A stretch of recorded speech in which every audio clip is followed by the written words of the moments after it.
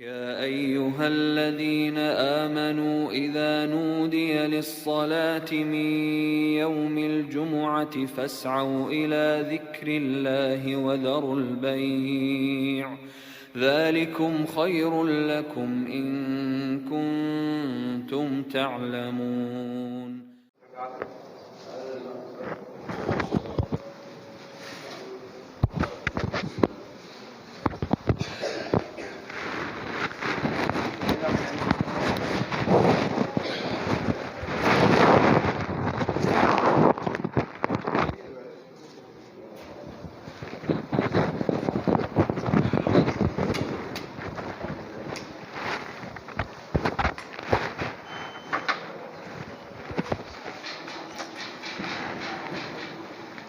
الله أكبر. بسم الله الرحمن الرحيم.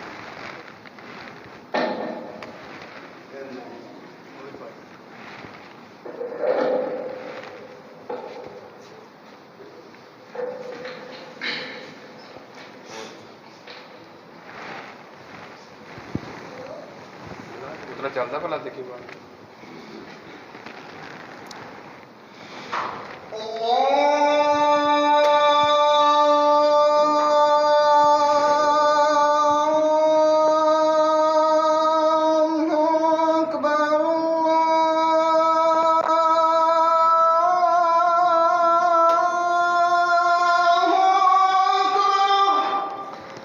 الله أكبر الله أكبر.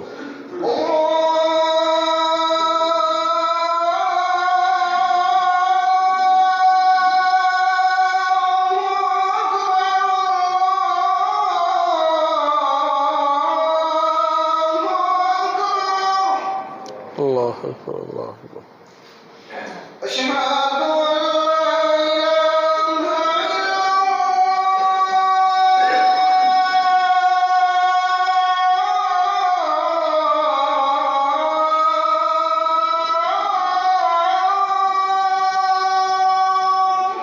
أشهد أن لا إله إلا الله.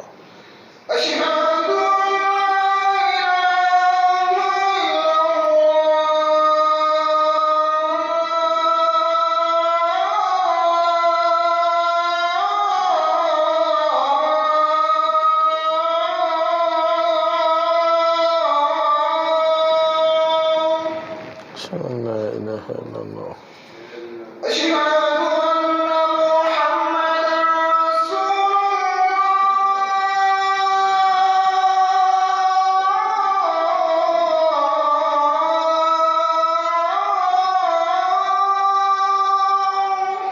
أشهد أن محمد رسول الله.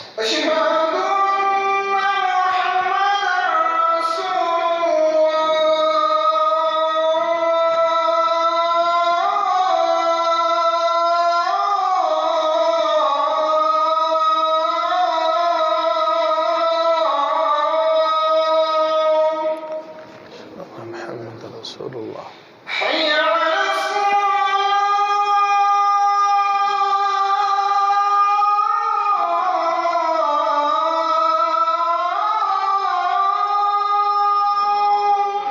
لا حول ولا قوة إلا بالله.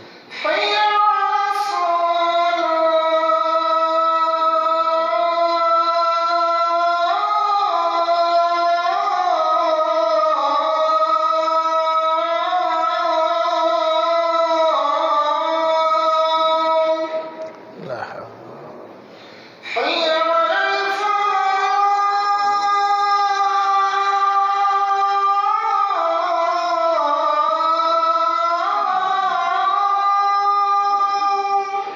لا حول ولا قوة إلا بالله.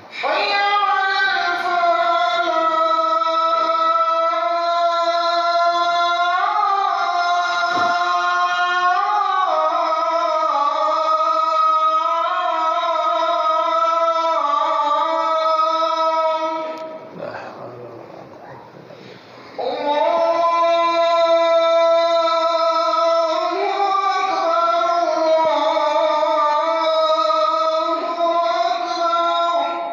الله أكبر الله.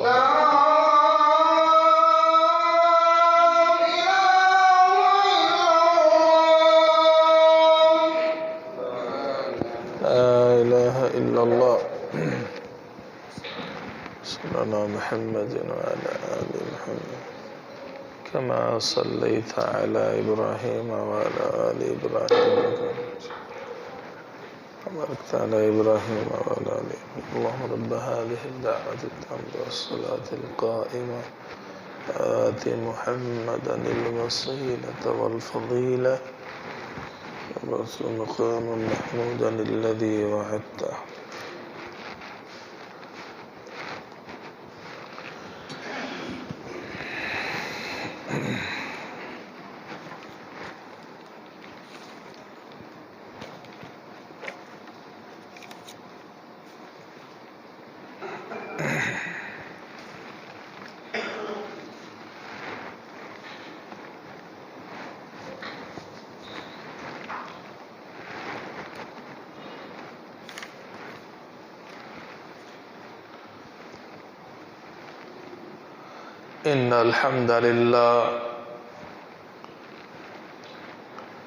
إن الحمد لله نحمده ونستعينه ونستغفره ونعوذ بالله من شرور أنفسنا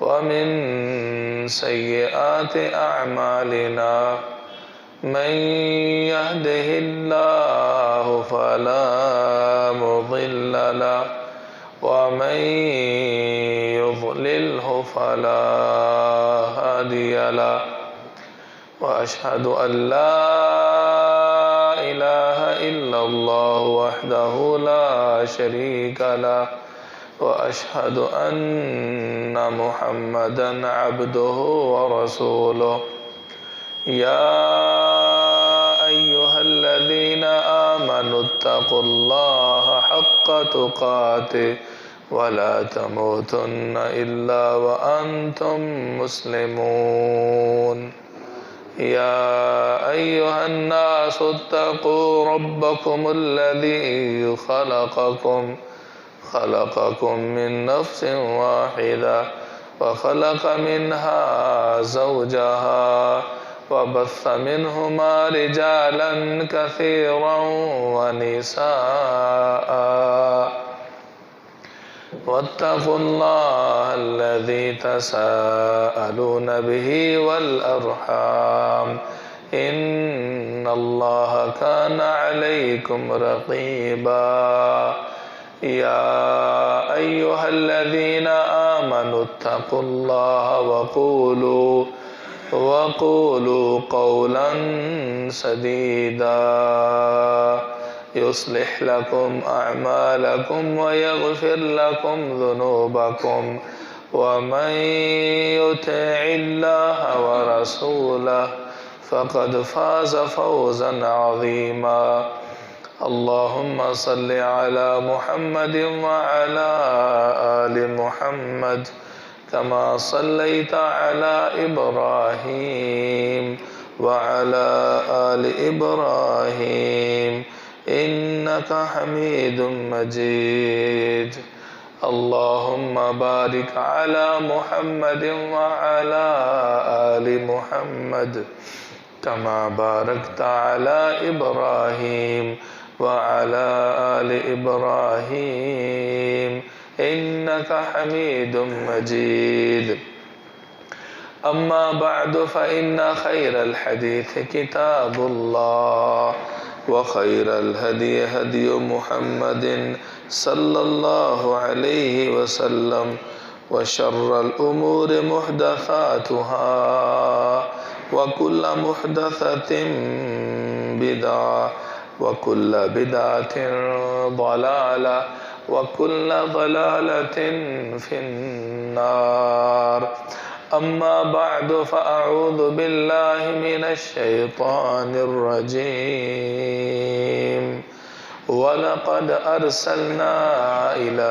أمم من قبلك فأخذناهم بالبأساء والضراء لعلهم يتضرعون فلولا إذ جاءهم بأسنا تضرعوا ولكن قست قلوبهم وزين لهم الشيطان أعمالهم وزين لهم الشيطان ما كانوا يعملون فلما نسوا ما ذكروا به فتحنا عليهم أبواب كل شيء حتى إذا فرحوا بما أوتوا أخذناهم بغتة فإذا هم مبلسون۔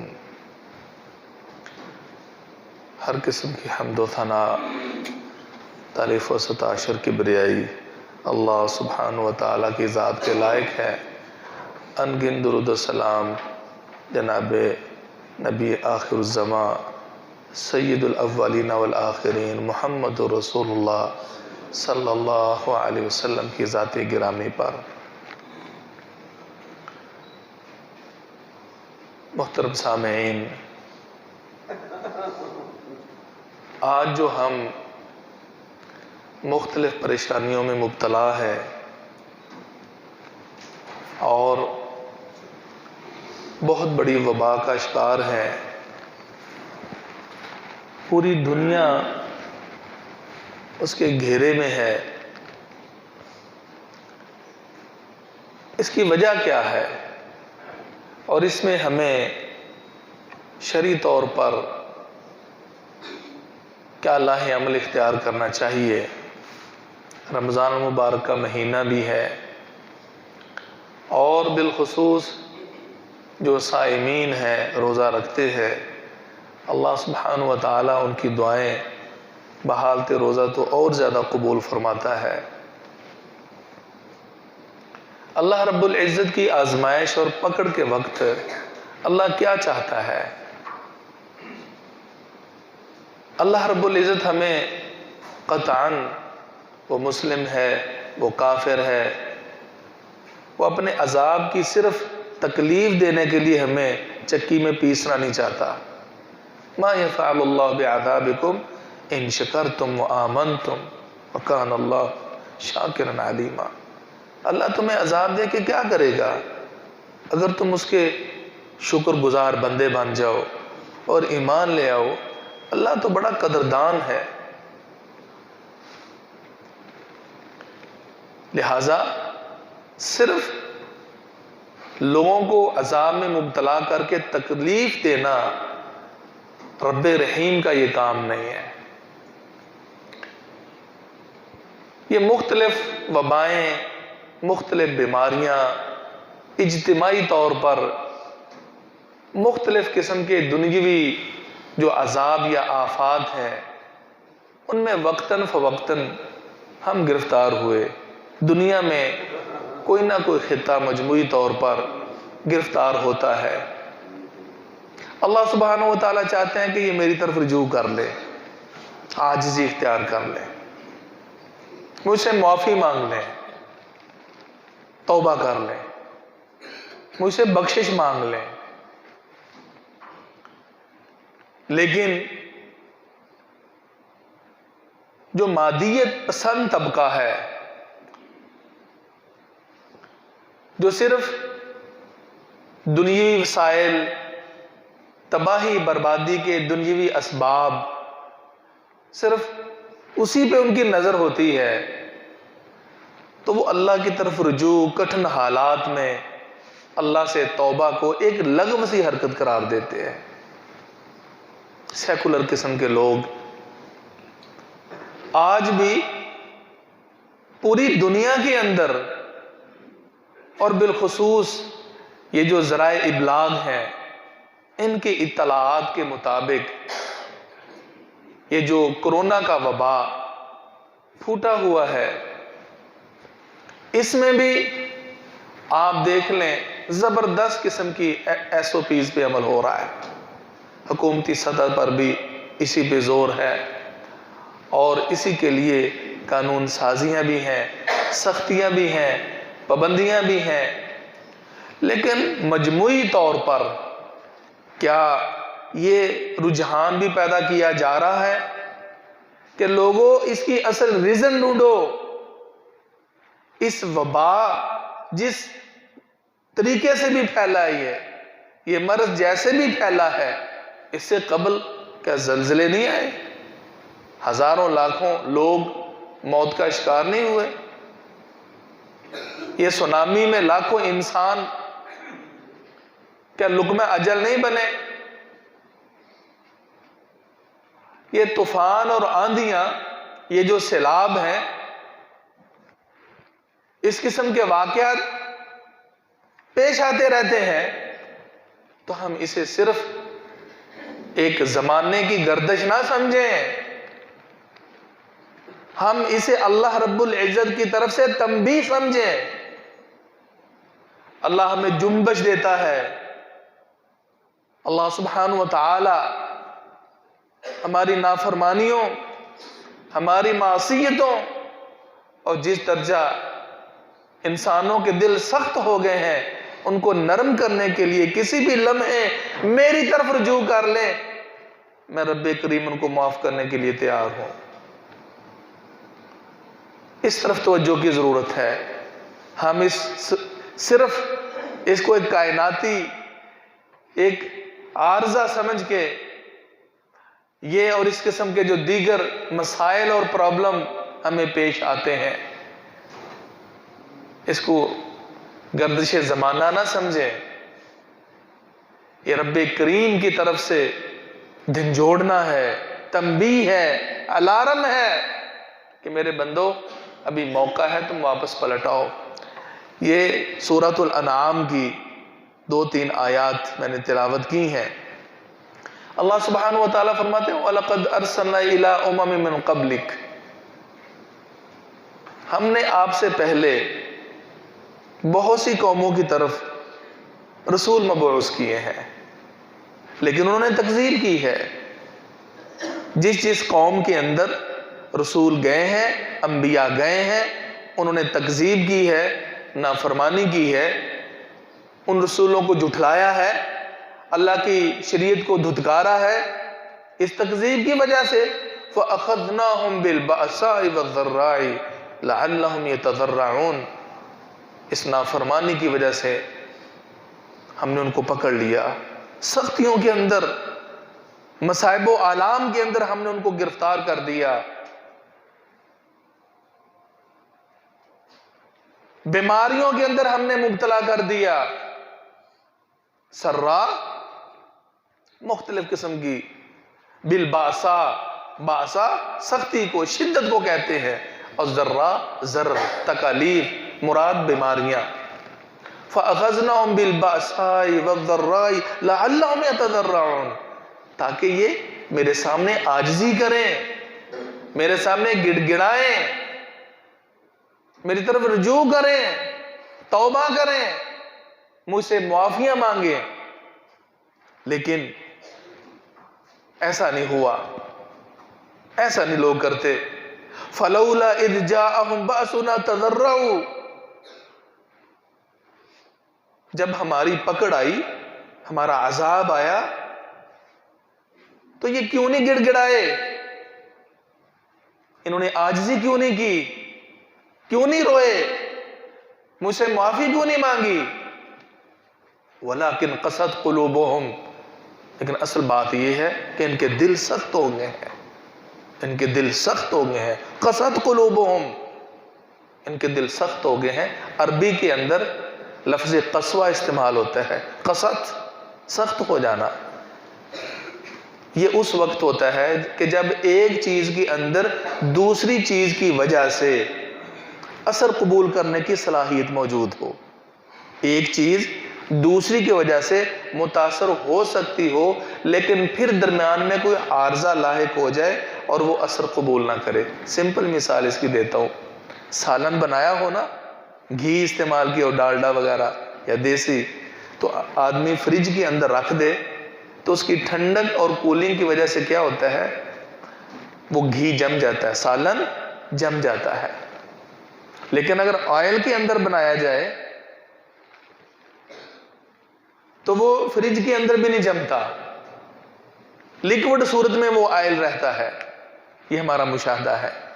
اب جو صلاحیت جمنے کی تھی فریج کا کام ہے ٹھنڈا کرنا اور جمانا، اور ڈالڈا جو گھی ہے پکا ہوا اس کا کام ہے جم جانا فریج کے اندر۔ تو فریج جمانے والی اور سالن جو جمنے والا گھی ہے وہ جمع نہیں ہے، کیوں؟ اس لیے کوئی نہ کوئی کیمیکل استعمال ہوا ہے، کوئی نہ کوئی اس کے اندر کیمیکل استعمال ہوا ہے، آئل کے اندر کوئی چیز استعمال ہوئی ہے، اللہ علم استعمال ہوئی ہے کہ اب وہ اپنی اسی سیلانی صورت میں رہتا ہے۔ یہ جو دل ہیں انسان کے، جب رب کائنات کی آیات اور قرآن پڑھ کے سنایا جاتا ہے تو ان دلوں کو تو نرم ہو جانا چاہیے تھا، پسیج جانا چاہیے تھا۔ دلوں کے نرم ہونے کی وجہ سے جب دل پہ اثر ہوتا ہے، چوٹ لگتی ہے، تو پھر انسان ڈرتا ہے اللہ سے، اللہ کے عذاب سے ڈرتا ہے، اللہ کی معصیت سے ڈرتا ہے، پھر اس کی آنکھوں سے آنسو جاری ہوتے ہیں، وہ روتا ہے۔ لیکن اس سب کے باوجود قرآن پڑھا جا رہا ہے، آیات پڑھی جا رہی ہیں، انبیاء اور رسل تشریف لا رہے ہیں، لیکن دلوں میں کوئی اثر نہیں ہو رہا۔ درمیان میں کوئی پرابلم ہے، اور وہ پرابلم کیا ہے؟ ہمارے گناہ ہیں، معصیتیں ہیں، نافرمانیاں ہیں۔ قرآن مجید کا کام، آیات مبارکہ کا کام، اور رب العالمین کے کلام کی یہ حیثیت اور صلاحیت ہے کہ جب وہ پڑھ کے سنایا جاتا ہے تو صاف دل مومنین خاشعین وہ لرز جاتے ہیں۔ یہ ہے حقیقت، جو گناہوں میں ملوث نہیں ہوتے، جو اللہ کی نافرمانیوں میں مبتلا نہیں ہوتے، جن کے دل صاف اور شفاف ہوتے ہیں۔ اللہ سبحانہ وتعالیٰ فرماتے ہیں انما المؤمنون الذين اذا ذكر الله وجلت قلوبهم واذا تليت عليهم آياته زادتهم ایمانا وعلى ربهم يتوکلون۔ مومنوں کی نشانی تو یہ ہے جب ان پر اللہ کی آیات پڑھی جاتی ہیں، اذا ذکر اللہ، مومنوں کے سامنے جب اللہ کا ذکر ہوتا ہے، واجلت قلوبہم، ان کے دل دہل جاتے ہیں۔ اللہ سبحانہ وتعالیٰ کا ذکر سن کے، اللہ کا تذکرہ سن کے وہ دہل جاتے ہیں، ڈر جاتے ہیں۔ وَإِذَا تُلِيَتْ عَلَيْهِمْ آیَاتُ، اور جب اللہ سبحانہ وتعالیٰ کی آیات پڑھ کے سنائی جاتی ہیں، زادتہم ایمانا، ان کے ایمان میں اضافہ ہوتا ہے۔ وَعَلَىٰ رَبِّهِمْ يَتَوَكَّلُونَ، اور اپنے رب پہ وہ بھروسہ کرتے ہیں، صرف اپنے رب پہ بھروسہ کرتے ہیں۔ معلوم ہوا کہ جب درمیان میں نافرمانیوں اور گناہوں کی رکاوٹ اور حائل نہ ہو، وہ اثر پذیری کی صلاحیت دلوں کے اندر موجود رہتی ہے۔ اور جب اللہ کی کتاب اللہ اور انسانی نفس کے درمیان گناہ حائل ہو جائیں، گناہ در گناہ ہی ہوتے چلے جائیں، نافرمانی در نافرمانی ہوتی چلی جائے، اور دل نافرمانیاں کر کر کے اتنے سیاہ ہو جائیں اور ان پر اتنا زنگ چڑھ جائے، تو پھر وہ جو قرآنی آیات کی وہ صلاحیت ہے نا، وہ اللہ کا جو کلام ہے، اور کبھی انبیاء علیہ السلام کی جو دعوت ہے، ان کھوٹے اور سیاہ دلوں پہ اثر انداز نہیں ہوتے۔ پہلے ان دلوں کی صفائی ضروری ہے، اور اس کے لیے ضروری کیا ہے؟ اللہ کی طرف رجوع۔ اس لیے فَلَوْلَا إِذْ جَاءَهُمْ بَأْسُنَا تَضَرَّعُوا، جب ہمارا عذاب ہے تو کیوں نہیں گڑ گڑائے؟ وَلَكِنْ قَسَتْ قُلُوبُهُمْ، ان کے دل سخت ہو گئے، ان کے دل سخت ہو گئے۔ اللہ سبحانہ وتعالیٰ فرماتے ہیں ثُمَّ قَسَتْ قُلُوبُكُمْ مِنْ بَعْدِ ذَلِكَ، یہ بنی اسرائیل کا واقعہ، جن کے سامنے موسیٰ علیہ السلام کی تعلیمات، پھر نبی مکرم صلی اللہ علیہ وسلم کے جو اہل کتاب تھے ان کے سامنے قرآنی دلائل، نبی مکرم صلی اللہ علیہ وسلم کی شخصیت، دلائل و براہین سامنے رکھے گئے، لیکن نہیں انہوں نے قبول کیا، سوائے بہت تھوڑے لوگوں کے۔ اور جب وہ گائے والا مسئلہ، جس کو ذبح کر کے اس کا گوشت لگانے کا معاملہ پیش آیا، کہ جس میں ایک مقتول تھا، اس مقتول کا پتہ نہیں چل رہا تھا کہ اس کا قاتل کون ہے، یہاں تک کہ گائے کی نشاندہی ہوئی، فَقُلْ نَضْرِبُوهُ بِبَعْدِهَا كَذَلِكَ يُحْيِي اللَّهُ الْمَوْتَ وَيُرِيكُمْ آيَاتِهِ۔ ہم نے کہا کچھ اس کا حصہ اس سے اوپر مارو، لگاؤ اس کو، میت کو لگاؤ، وہ زندہ ہو جائے گا، وہ بتائے گا میرا قاتل کون ہے۔ انہوں نے آنکھوں سے دیکھا، مشاہدہ کیا، وہ بولا، مردہ انسان اٹھ کھڑا ہوا، اس نے بتایا کہ میرا فلاں قاتل ہے۔ اتنی بڑی دلیل دیکھنے کے بعد بھی وہ سیدھی راہ پہ نہیں آئے، ایمان قبول نہیں کیا، اپنے کفر پہ ڈٹے رہے ہیں۔ اللہ سبحانہ وتعالیٰ فرماتے ہیں اصل اس کی وجہ کیا ہے؟ اس کی وجہ ہے کہ تمہارے دل سخت پڑ گئے، ثم قصد قلوبکم من بعد ذلک، اس کے بعد بھی تمہارے دل سخت ہو گئے۔ فَهِيَ كَالْحِجَارَةِ أَوْ قَسْوَةٍ، وہ پتھروں کی طرح ہیں یا پتھروں سے بھی زیادہ سخت۔ وَإِنَّ مِنَ الْحِجَارَةِ لَمَا يَتَفَجَّرُ مِنْهُ الْأَنْهَارُ، کچھ ایسے پتھر بھی ہیں وہ ٹوٹتے ہیں، ان کے اندر سے دریا اور نہریں جاری ہو جاتی ہیں۔ وَإِنَّ مِنْهَا لَمَا يَشَقَّقُ فَيَخْرُجُ مِنْهُ الْمَاءُ، ایسے پہاڑ بھی ہیں وہ پھٹتے ہیں اور پھٹنے کے بعد ان سے پانی جاری ہو جاتا ہے۔ وَإِنَّ مِنْهَا لَمَا يَهْبِطُ مِنْ خَشْيَةِ اللَّهِ، سورۃ البقرہ کے اندر اللہ سبحانہ وتعالیٰ فرماتے ہیں، اور کچھ پہاڑ وہ ہیں لما يَهْبِطُ مِنْ خَشْيَةِ اللَّهِ، وہ اللہ کی خشیت اور ڈر سے ٹوٹ جاتے ہیں۔ اور آپ نے دیکھا ہوگا پہاڑی علاقے میں کتنے بڑے بڑے پہاڑی تودے جو ہیں، کتنی کتنی بڑی چٹانیں ٹوٹ کر لڑکتی اور نیچے گرتی چلی جاتی ہیں، وہ ایسے ہی ہے، حادثاتی واقعہ ہے۔ دیکھنے والے کہتے ہیں حادثاتی واقعہ ہے، زلزلہ سبب بنا ہے۔ زلزلے کون لاتا ہے؟ ان کے اندر شعور ہے، یہ پتھروں کے اندر بھی شعور ہے۔ وَظِلَالُهُمْ يَتَفَيَّعُ ظِلَالُهُ عَلَى الْيَمِينِ وَالشَّمَائِلِ سُجَّدًا لِلَّهِ وَهُمْ دَاخِرُونَ۔ اللہ سبحانہ وتعالیٰ یہ درخت ان کے سائے جو ہیں، فرمایا وہ دائیں بائیں ڈلتے ہیں اللہ کو سجدہ کرتے ہوئے، اللہ کو سجدہ کرتے ہیں، یہ پہاڑ سجدہ کرتے ہیں۔ رسول اکرم صلی اللہ علیہ وآلہ وسلم جس کھجور کے تنے کے ساتھ ٹیک لگاتے تھے، منبر بنوا لیا تو اس کو چھوڑ دیا، تو آپ نے اس کی آواز سنی کہ وہ سسکیاں لے کے رو رہا ہے، سسکیاں لے کے رو رہا ہے۔ اللہ نے شعور پیدا کیا اس کے اندر۔ وَقَالُوا لِجُلُودِهِمْ لِمَ شَهِدتُّمْ عَلَيْنَا، قیامت والا دن ہوگا، اپنی چمڑیوں سے پوچھیں گے تم نے کیوں گواہی دے دی؟ قَالُوا أَنْطَقَنَا اللَّهُ الَّذِي أَنْطَقَ كُلَّ شَيْءٍ، اس رب نے ہمیں زبان دی جس نے ہر چیز کو زبان دی۔ یہ جمادات جو ہیں وَإِن مِّن شَيْءٍ إِلَّا يُسَبِّحُ بِحَمْدِهِ وَلَٰكِن لَّا تَفْقَهُونَ تَسْبِيحَهُمْ، کوئی بھی کائنات کے اندر چیز ہے وہ اللہ کی تسبیح کرتی ہے، لیکن تم ان کی تسبیحات کو نہیں سمجھ سکتے۔ یہ شعور اللہ نے جمادات کے اندر بھی دیا ہوا ہے۔ اگر سائنس اور میڈیکل کی لائن میں یہ چیزیں ایک بے حقیقت سی ہوں، لیکن بہرحال یہ شجر اور یہ درختوں کی جو نمو ہے اور ان کا پروان چڑھنا، اس کو تو سمجھتے ہیں کہ ان کے اندر بھی جان ہے۔ حضور شریعت یہ سب کچھ، یہ کوئی لغو نہیں ہے، زمانے کی گردش نہیں ہے، ان تمام کے اندر اللہ کی حکمت ہے۔ اللہ نشانیاں دکھاتا ہے، اللہ سورج کو، اللہ چاند کو بے نور کرتا ہے۔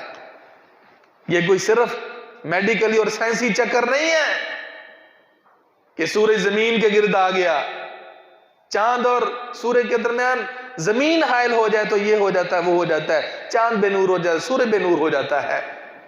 اللہ نے ظاہری طور پر اسباب تو مقرر کیے ہیں، لیکن یہ صرف اس حد تک کہ زمانے کی گردش ہے، ایک فطرت کا نظام ہے، کبھی سورج بے نور ہوتا ہے، کبھی چاند بے نور ہو جاتا ہے، کبھی زمین میں بھونچال اور زلزلہ آ جاتا ہے۔ یہ صرف کائناتی حقائق ہی نہیں ہے میرے بھائیو، اللہ سبحانہ وتعالیٰ فرماتے نے ان میں حکمت رکھی ہے۔ نبی مکرم صلی اللہ علیہ وسلم فرمائے ان الشمس والقمر آیتان من آیات اللہ، میرے صحابہ یہ سورج، یہ شمس و قمر اللہ کی نشانیوں میں سے ایک نشانی ہے۔ جب ان میں سے کوئی ایک بے نور ہو جائے نا، فَافْزَعُوا إِلَىٰ ذِكْرِ اللَّهِ، اللہ کے ذکر کی طرف فوراً لپکو، فوراً لپکو۔ اور ان کو بے نور کرنے کا مقصد کیا ہے؟ يُخَوِّفُ اللَّهُ بِهِمَا عِبَادًا، اللہ ان دونوں کو بے نور کر کے اپنے بندوں کو ڈرانا چاہتا ہے، میرے بندے ڈر جائیں، لیکن دل اتنے پتھر ہو گئے ہیں، دل اتنے سخت ہو گئے ہیں. اس لیے فرمایا کچھ ایسے ہیں لما يهبط من خشیت اللہ وما اللہ بغافل عما تعملون. تم سمجھتے ہو اللہ ہمارے اعمال سے باخبر نہیں ہے؟ اللہ باخبر ہے. فرعون کے بارے میں، فرعون کی قوم کے بارے میں اللہ سبحانہ وتعالیٰ فرماتے ہیں وَلَقَدْ أَخَذْنَا آلَ فِرْعَوْنَ بِالسِّنِينَ وَنَقْصٍ مِّنَ الثَّمَرَاتِ لَعَلَّهُمْ يَذَّكَّرُونَ. ہم نے آل فرعون کا تعاقب کیا، ہم نے ان کو پکڑا، ان کے اموال پہ گرفت کی. اخذناہم بالسنین، قحط مسلط کیا ان پر، پھلوں میں کمی دی، نقصانات کیے. رب تعالیٰ کی حکمت ہے لعلہم یذکرون، تاکہ نصیحت حاصل کریں. یہ غور تو کریں کیوں نقصانات ہو رہے ہیں، یہ توجہ تو کریں یہ امراض کیوں پھیل رہے ہیں، یہ کورونا کا انتشار اتنا کیوں ہو گیا ہے. بچپن میں کہا کرتے تھے نزلہ زکام کھانسی یہ قومی نشان ہمارا. ہم بچپن میں کہا کرتے تھے یہ نزلہ زکام کھانسی عام سی چیزیں تھی. اب اگر اس کے کیسز ہلاکت کے ہیں تو یہ ہلاکت اور مہلک مرگ کس نے بنایا ہے؟ رب نے بنایا ہے. لیکن اللہ پھر بھی چاہتا ہے یہ میں جو پکڑ کر رہا ہوں، یہ جو میں مؤاخذہ کر رہا ہوں، کوئی ہے اجتماعی طور پر قوم ملت لوٹ کے آئے میری طرف؟ اس طرف بھی کوئی توجہ دی جا رہی ہے. پوری دنیا کے اندر SOPs پہ عمل ہو رہے ہیں، فلاں سبب ہے، فلاں سبب ہے، ویکسینیشن، اور روحانی ویکسینیشن بھی کرے. اب جس ویکسینیشن کی زیادہ ضرورت ہے وہ روحانی ویکسینیشن کی ہے، اللہ کی طرف رجوع کی ہے، اپنے گناہوں کو معافی کرانے کی بات ہے. یہ جو سیئات اور ہم اپنے گناہوں میں اس درجہ غرق ہو چکے ہیں، اللہ رب العزت کی طرف تائب ہونے کی ضرورت ہے. اللہ سبحانہ وتعالی فرماتے فَوَيْلُ الْقَاسِيَةِ قُلُوبُهُم مِّن ذِكْرِ اللَّهِ، وہ دل جو اللہ کے ذکر سے سخت ہو گئے ان کے لیے ہلاکت ہے، ان کے لیے بربادی ہے. اللہ رب العزت نے یعنی اندازہ کریں کہ مجموعی طور پر اللہ کی طرف رجوع کا ایک کیا اثر ہے. کبھی غور فرمائیں فلولا اذ جاء باسنا تضرعوا، جب ہماری پکڑ یہ کرونا یہ بیماری آئی کیوں نہیں ہماری طرف رجوع کرتے؟ یہ لوگ رجوع نہ کرنے کی وجہ دلوں کی سختی ہے، گناہوں کا گند ہے، معصیت در معصیت ہے، روحانیت کا بیڑا غرق اور جنازہ نکل چکا ہے، دل و دماغ جو ہے مردہ ہو چکے ہیں. وگرنہ وہ رب رحیم تو اعلان عام کرتا ہے فَهَلْ مِن مُسْتَغْفِرٍ فَهَلْ مِن مُسْتَرْزِقٍ. ہر رات آسمان دنیا پہ اپنی شان آن کے مطابق اور رب تعالی نزول فرماتا ہے، روزانہ صدا ہوتی ہے کوئی بخشش مانگنے والا، ہے کوئی رزق مانگنے والا، میں اس کو رزق دوں، میں اس کو بخش دوں. کوئی مریض ہے کوئی دعا تو مانگے، میں شفا دوں گا. رسول اللہ صلی اللہ علیہ وسلم کی صحیح حدیث ہے ما انزل اللہ رب العزت جو بھی بیماری نازل کی الا وضع له شفاء، ہر بیماری کا علاج ہے، ہر بیماری کا علاج ہے. ابن ماجہ کی حدیث ہے الا الحرم، سوائے بڑھاپے کے، بڑھاپے کا کوئی علاج نہیں ہے. باقی ہر بیماری جو اتری ہے آسمان سے اللہ نے اس کا علاج نازل فرمایا ہے. ہم اس طرف توجہ کریں، رمضان المبارک کی یہ پاک اور انتہائی مقدس ساعات ان کو غنیمت سمجھیں، تلاوت قرآن سے آباد کریں، ذکر اللہ سے. یہ کیسے ہمارا یہ جو دل کی سختی ہے، یہ جو ہماری کیفیت مجموعی طور پر بنی ہوئی ہے، اس کا علاج کیا ہے؟ وہ کتاب اللہ سے تعلق ہے. کثرت سے قرآن مجید کی تلاوت کریں جو ہی موقع ملے. اب تو بڑی سہولت ہے، اب تو موبائل میں قرآن مجید رکھ سکتے ہیں، چھوٹے بچے سے لے کر بڑے سے بڑے انسان تک بھی اس کے پاس موبائل اینڈرائیڈ ہے، بڑی سہولیات ہیں. اللہ کے لیے اس کو استعمال کریں. قرآن مجید کے اندر دہرائیں، قرآن مجید کے اندر غور و فکر کریں. بڑی بڑی تفاسیر موجود ہیں، تراجم موجود ہیں. کلام اللہ کو پڑھ کے اللہ کے خطاب کو سمجھے، اللہ ہم سے کیا چاہتا ہے، اللہ نے کیوں اتارا ہے. کیا ہمارا نعوذ باللہ رب اتنا نعوذ باللہ نعوذ باللہ نعوذ باللہ کہ وہ ظالم ہے؟ وما ربک بظلام للعبید، تیرا رب جو ہے نا بندوں پہ بالکل ظلم کرنے والا نہیں ہے، ولکن انفسہم یظلمون، اپنی جانوں پہ خود ظلم کرتے ہیں، معصیت کر کے، نافرمانی کر کے، یہ اپنی کوتاہیوں اپنے گناہوں کا خمیازہ بھگت رہے ہیں۔ رب تعالیٰ تو ماں سے 99 گنا زیادہ اپنے بندے سے پیار کرتا ہے، محبت کرتا ہے۔ ایک عورت میدان جہاد کے اندر بھاگی بھاگی پھر رہی ہے، اس کا شیر خوار بچہ کہیں کھو گیا، بھاگی بھاگی کبھی اس بچے کو پکڑتی ہے، ماں کی مامتا چھاتی سے لگاتی ہے، چومتی چاٹتی ہے، پھر چھوڑتی ہے، پھر آگے فرمایا دیکھ رہے ہو کیا اس ماں کا حال ہے؟ میرے صحابہ مجھے بتاؤ کہ یہ ماں اپنے لخت جگر اپنے بچے کو دہتی آگ کے اندر پھینک سکتی ہے؟ پھینک سکتی ہے؟ نہیں اللہ کے رسول، نہیں۔ فرمایا تمہارا رب اس ماں سے 100 گنا اپنے بندے پہ زیادہ رحیم اور کریم ہے، زیادہ پیار کرتا ہے۔ رب کو کیا ضرورت ہے اپنے بندے کو جہنم میں پھینکے؟ رب تعالیٰ نہیں چاہتا اپنے بندے کو جہنم میں پھینکے، آگ میں پھینکے۔ رب تعالیٰ تو چاہتا ہے میری طرف رجوع کریں، مجھ سے معافیاں مانگیں، یہ رب تعالیٰ چاہتا ہے۔ اسی لیے تو جب ہم رمضان المبارک کا سیاق دیکھتے ہیں نا، رمضان المبارک کا، یعنی یہ جو آیات ہیں کم و بیش 4 آیات، آیت نمبر سورۃ البقرہ آیت نمبر 84 سے لے کر 187 تک شروع میں ہے نا، یا ایھا الذین آمنوا کتب علیکم الصیام کما کتب علی الذین من قبلکم لعلکم تتقون ایام معدودات۔ پہلے جمعے میں ہم نے جب ڈسکس کی تو بات چل رہی تھی کہ چند گنتی کے دن ہیں، آج کتنا 18واں روزہ ہے، 17واں روزہ ہے، یہ کتنی جلدی سے دن گزر گئے ہیں۔ ایام معدودات، چند گنتی کے دن بھاگ کے نکل رہے ہیں۔ کوئی تبدیلی آئی ہے؟ کوئی دل و دماغ میں کوئی فرق آیا ہے؟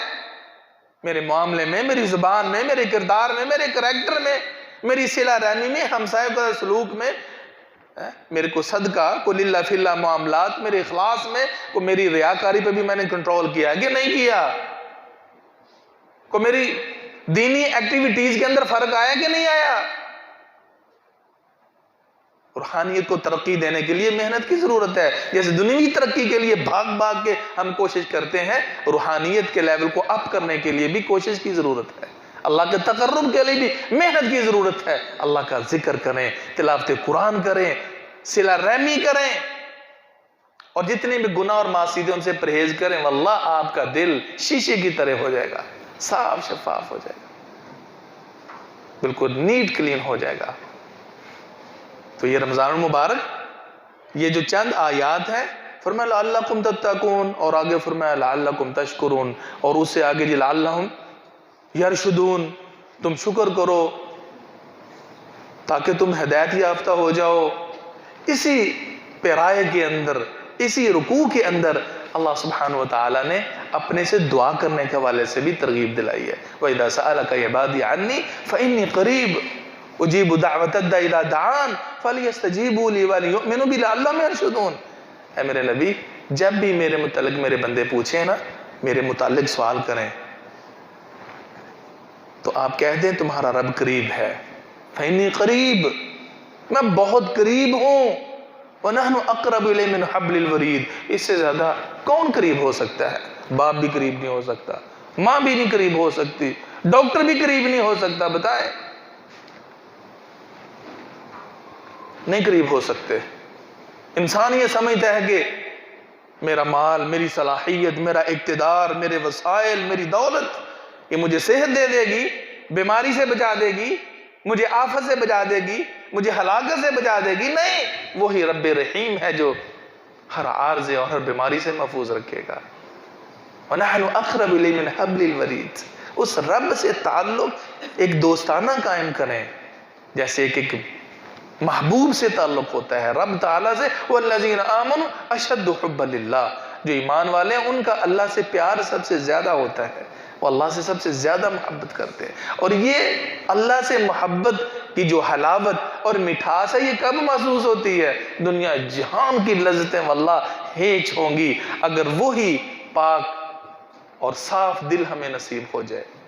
یہ کیفیت ہو سکتا ہے زندگی میں کسی موقع پہ یہ نصیب ہوئی ہو، اس موقع پر دنیا کی دولت کی کوئی قدر نہیں رہتی، دنیاوی وسائل کو کوئی وقت نہیں رہتی، انسان اس درجہ اللہ کے قریب ہوتا ہے۔ تو والذین آمنوا اشد حبا للہ، سب سے زیادہ اللہ کے قریبی ہوتے ہیں۔ تو بہرحال اسی سیاق میں اللہ فرماتے جب میرے بندے میرے متعلق پوچھے نا تو کہہ دو انی قریب اجیب دعوت الداعی اذا دعان، جب پکارنے والا دعا کرنے والا مجھ سے دعائیں کرتے ہیں نا میں قبول کرتا ہوں۔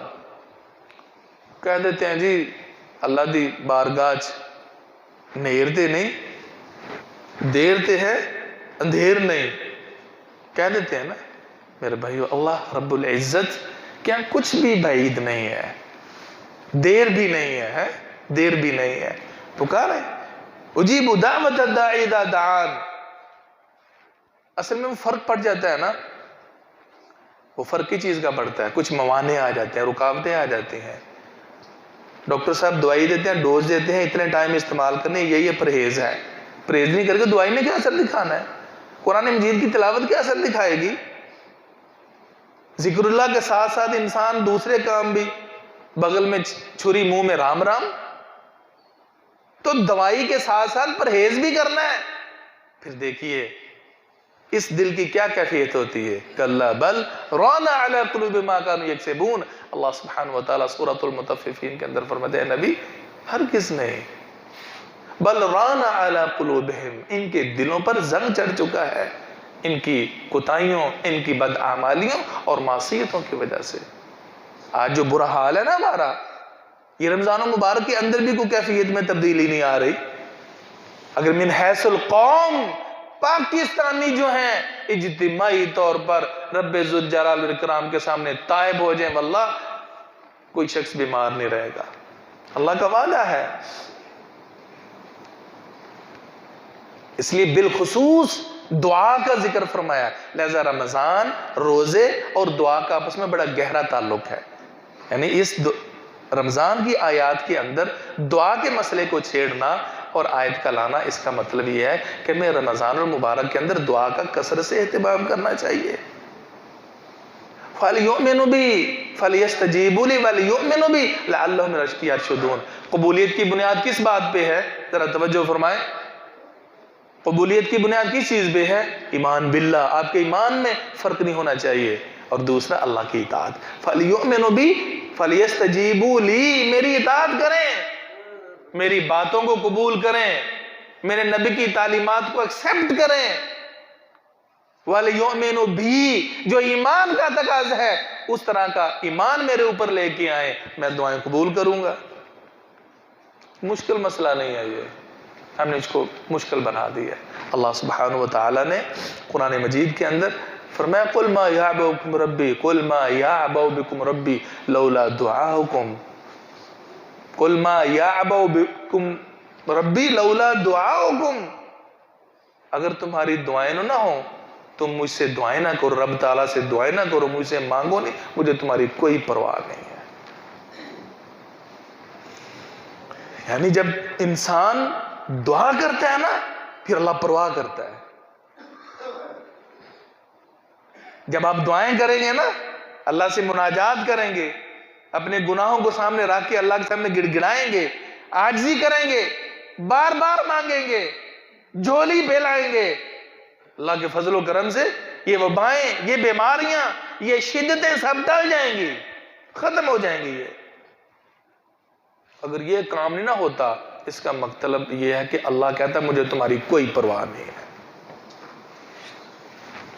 ایک انسان اپنے افسر کے ساتھ سیدھی دنیوی مثال ہے، اس کے حقوق کا، اس کی جو کرسی ہوتی ہے، اس کا جو منصب ہوتا ہے، خیال کرتا ہے، اور جو ادارتی طور پر قواعد اور ضوابط ہوتے ہیں ان کی پاسداری کرتا ہے، اصول و ضوابط کا پابند ہو کے رہتا ہے، ٹھیک ہے، اور جو اس کی رسپیکٹ اور عزت ہونی چاہیے اپنے رینک کے مطابق، اس کے مطابق وہ چلتا ہے، تو دیکھیں کتنی اس کی نوازشات ہوتی ہیں۔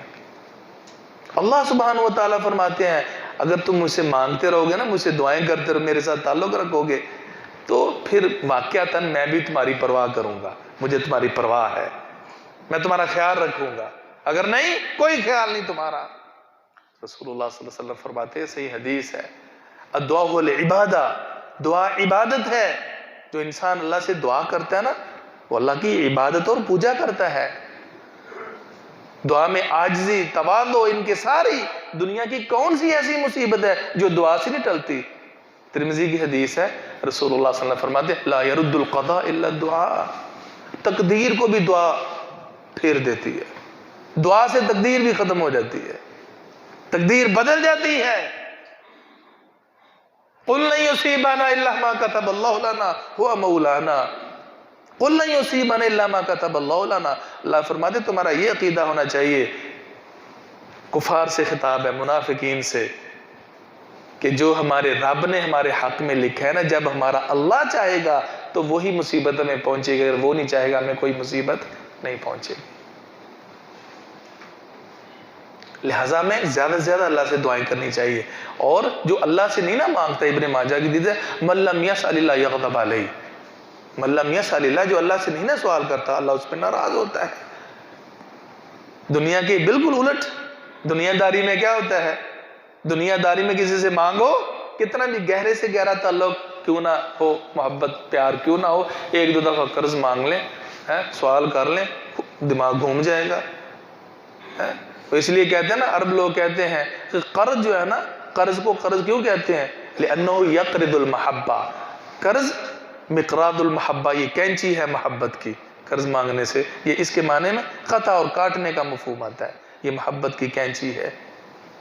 لیکن اللہ سبحانہ وتعالی، سبحان اللہ، اللہ یغضب ان ترکت سؤالہ وابن آدم یغضب حین یسأل، انسان سے مانگو وہ ناراض ہوتا ہے، اللہ سے مانگو تو اللہ خوش ہوتا ہے، اللہ سے نہ مانگو تو اللہ ناراض ہوتا ہے۔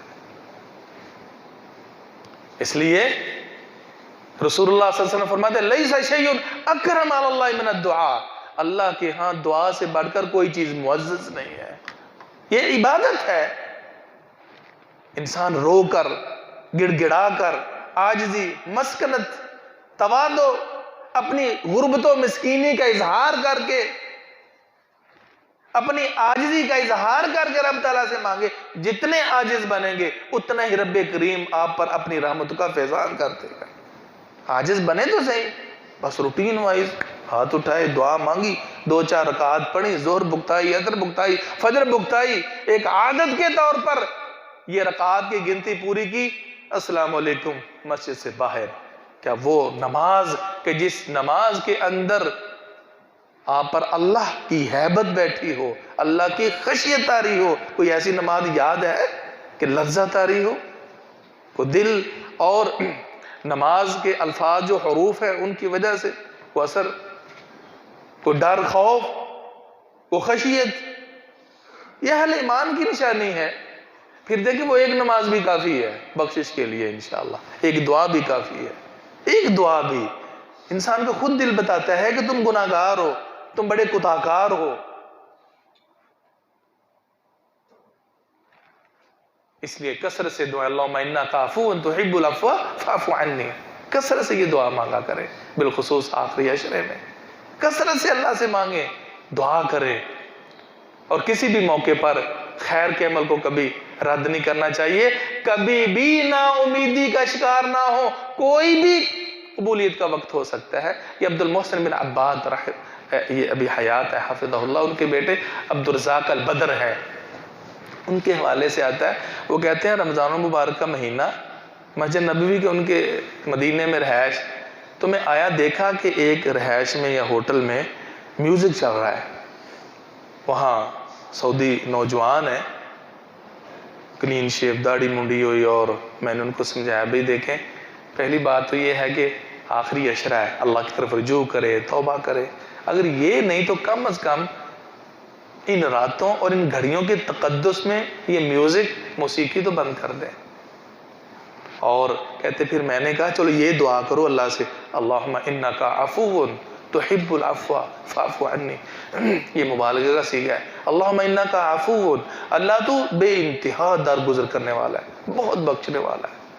اللہم انک عفو تحب العفو، تحب العفو، اللہ تو معافی کو پسند کرتا ہے۔ فاعف عني، تو مجھے بخش دے، مجھے معاف کر دے۔ کہتے ہیں نوجوان کو کلمات میں نے دہرائے، دہرا کے میں نکل گیا۔ تو کہتے ہیں کچھ سالوں کے بعد کسی مسجد میں میرا درس تھا، تو ایک نوجوان بھاگتے ہوئے مجھ سے لپکا، مجھ سے ملا، مجھے سلام دعا کی۔ تو بڑی بڑی اس کی داڑھی ہے، ماشاءاللہ، رومال لیا ہوا ہے، چوگا پہنا ہوا ہے، بڑے پیارے انداز میں۔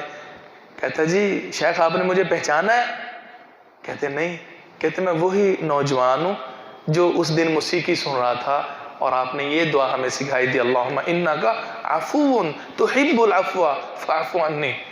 سابقہ زندگی کے سارے گناہوں کو ذہن میں لا کر، اپنی جو پوری ہسٹری ہے پچھلی، وہ انسان متواضع بن کر اللہ سے توبہ کرے، اللہ تو بخشنے والا ہے، مجھ سے درگزر فرما۔